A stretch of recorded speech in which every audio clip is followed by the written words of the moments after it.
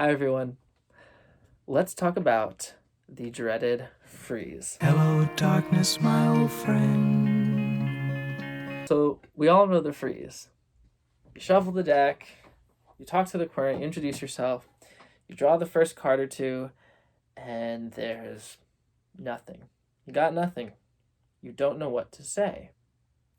And then all of a sudden, this invisible egg is on top of your head. Someone takes a hammer, smashes the egg, and the yolk of embarrassment just drips down your skull, and the egg guts of shame start to cover your body, covering it in imposter syndrome. Imposter syndrome? Imposter syndrome, whatever. So let's figure out some ways to get over the freeze. The first thing to do, and this is going to be so obvious, is to breathe. And I say that because breathing is like the number one common denominator in all mysticism, from the east to the west, even the north. In Owned, I believe it was Odin, the breath, the gift of the breath. It's all over the place. Let's take heed from that lesson of breathing to center. Another thing with breath, which you should probably be taking some breaths before you start the reading to center yourself and to psychically center your client as well, is that divination should not be a rushed thing. It should not be an anxious thing. And if it is, it might be your client's energy too. So if you're rushed and anxious, your client is probably experiencing the same thing, whether that's because of you or they brought it there themselves. Either way, you are the neutral agent, you are the calming agent, you are the wise woman, man, or whatever. You need to breathe. Next thing is know the cards. It is really, really possible and probable that you will give a really good meaning even if you just give it the card meanings. And I'm talking about no intuition, no channeling, no psychic ability, just the card meanings. When I was younger, I only used card meanings. I know that's so weird, right? I would just pull a card, start describing the divinatory meaning, and every reading worked. Yeah, they were more generic. Yeah, they weren't as good as what I can do now and what most people do now, but it's fine. That is why it is important to study.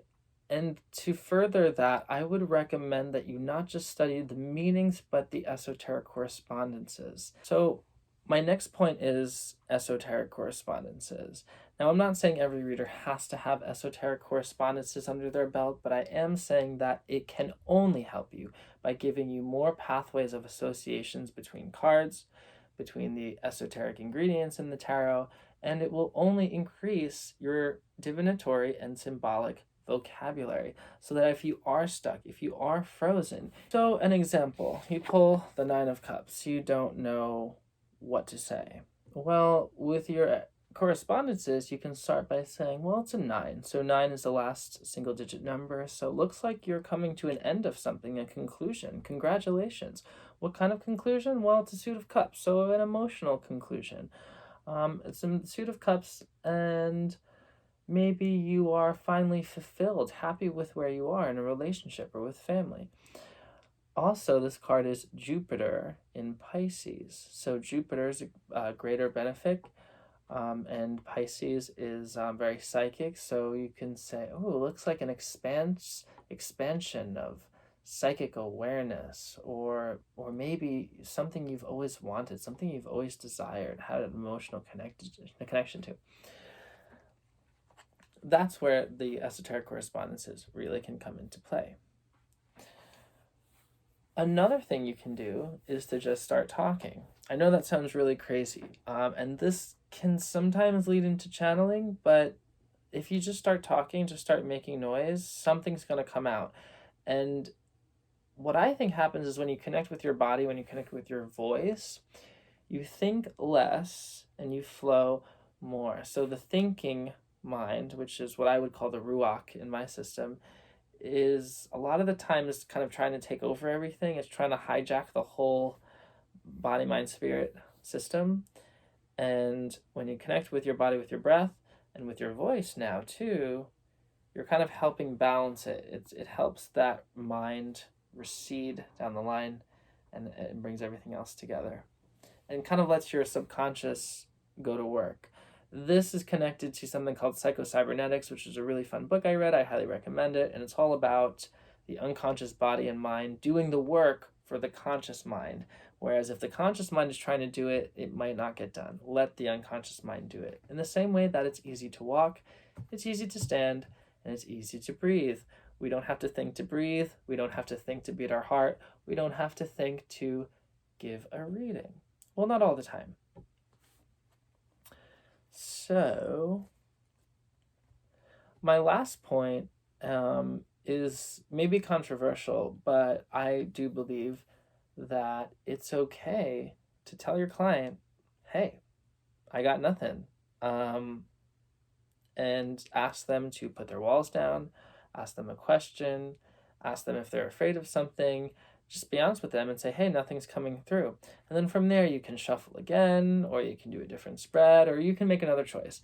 But sometimes when nothing comes through, maybe there's a reason, and that's totally okay. If you're confident enough to tell your client, hey, there's no messages here, I'm not getting anything, that can only testify to your professionalism. I don't believe that it would look bad, if it's honest. Another thing to think about is what type of clientele gives you freezes. And this goes into another conversation of manifesting the clientele you want and a bunch of other stuff, but it's very likely that there's a very specific type of person that you'll be working with that will freeze you up more than someone else. And that actually gets really deep. And I had a very specific type of client that I used to freeze up more than normal. And I had to kind of just work that out and uncreate that association, and it was fine. But that also leads into the question, what kind of clientele do you want? What kind of clientele are you comfortable with? And you can always modify that magically if you choose. Oh, one last really fun trick. This is new. I just learned this like less than like a week ago. It's not really a technique, but it's something that Rana George said. Rana George is the author of The Essential Lenormand and is a huge inspiration to me. I met her and she's absolutely inspiring, totally brilliant, and super mystical and magical, very inspiring. She said in one of her presentations recently, go into it saying, this is going to be fun and this is going to be easy. That resonated with me so much because as someone who works with access consciousness, I use the mantra a lot. All of life comes to me with ease, joy, and glory. All of life comes to me with ease, joy, and glory. So go into the reading. This is going to be fun and this is going to be easy, because what that's going to do is it's going to bring out the enthusiasm, which is the inner spirit connecting to your true will to give that amazing reading. So let me know how these tools work, and if you have any other recommendations you would give for the dreaded freeze. Thank you so much for watching.